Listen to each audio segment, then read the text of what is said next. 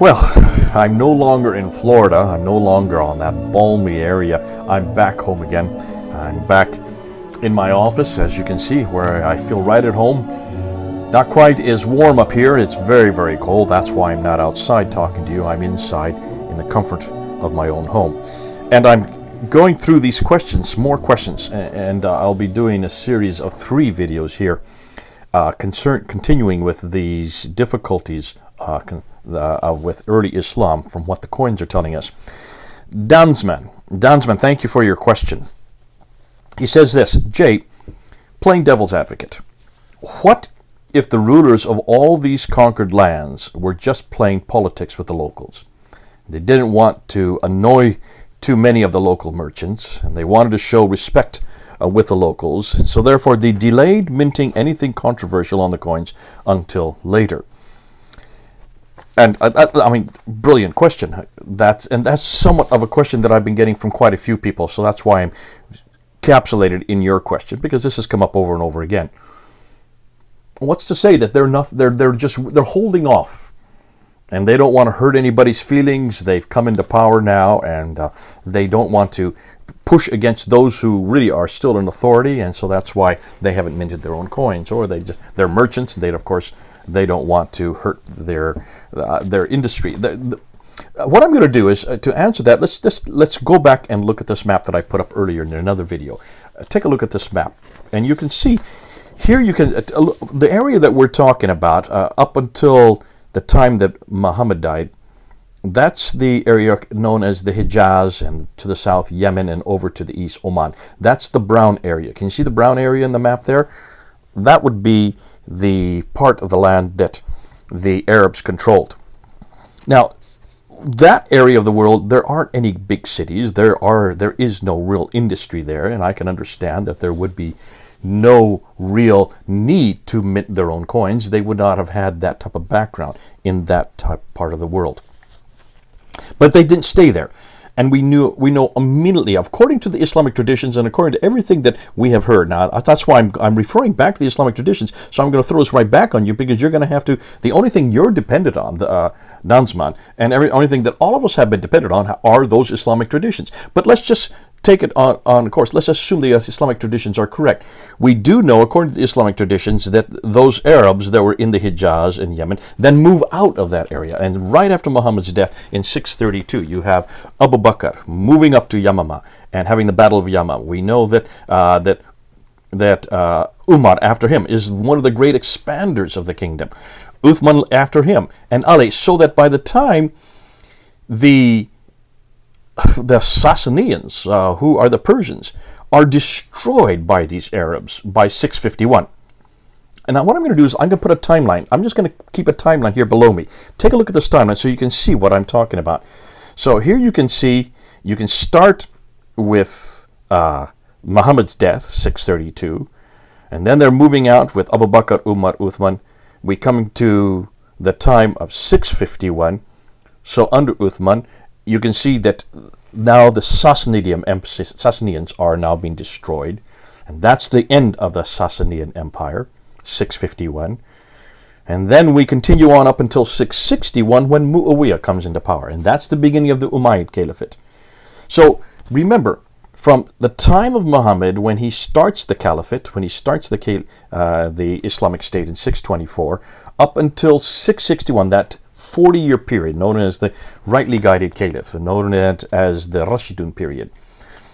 That's the part we don't have any history of. There's nothing written down. And so I'm willing to admit, and I'm willing to say, dannzman, that yes, they would not have had coins. But even then, just that, what are we looking at? Let's look at the map again.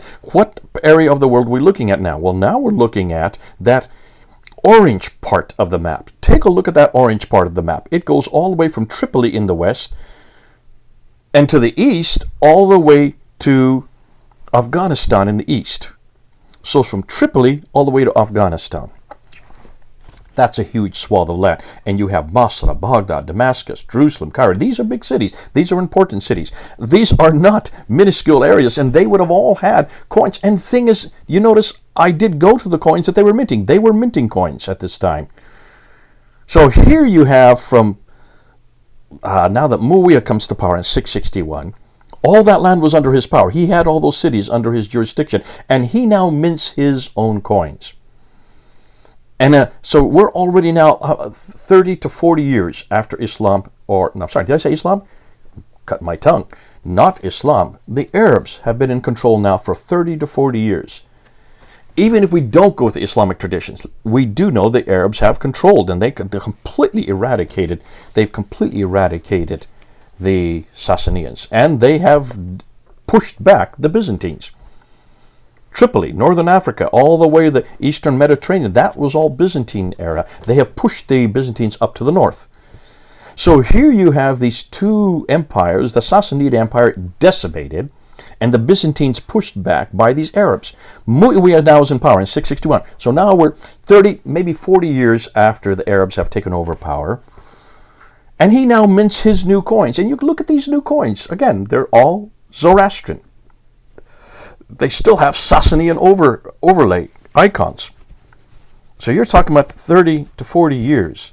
And he continues to mint his coins for another 20 years until he dies in 680. Look at the timeline. All right, 680.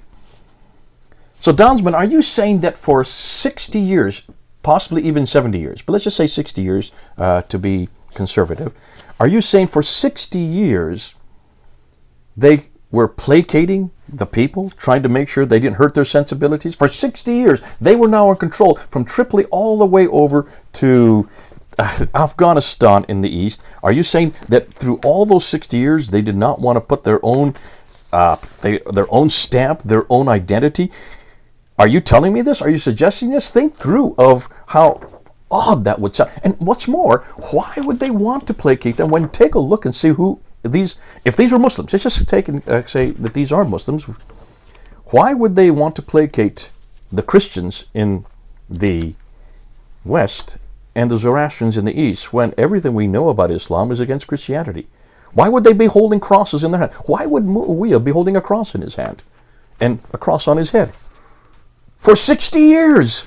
It just doesn't make sense. Do you, and let me put it back at you, do you know of any precedents for this? Do you know of any other ruler anywhere who does this, who continues to placate those he has conquered, to continue to placate for 60 years? They continue to placate those who have conquered and continue to use their iconography and to use their religious symbols when they are supposedly the ones who are now engendering and pushing out Islam all over the world.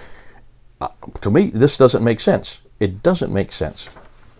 What Abdul Malik does now does make sense, because now you have this Muslim identity being introduced by, some say by Ibn Zubayr before him, about 6 to 7 years before him, but he was not really that important. It was really Abdul Malik who is the caliph.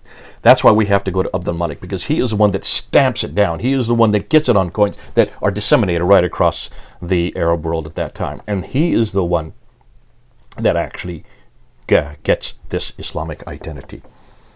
And I guess what's fascinating, and in some ways why I ended off here, I think that the fact that you're even asking this question, dannzman, is because you want to, you only really have had one narrative to look at, and that's why you're still trying to plug it into that narrative. You're still trying to plug it into the 9th and 10th century historical narratives, the classical narratives as we called it, because that's really all we've known. Well, listen, great question. I hope I've answered it.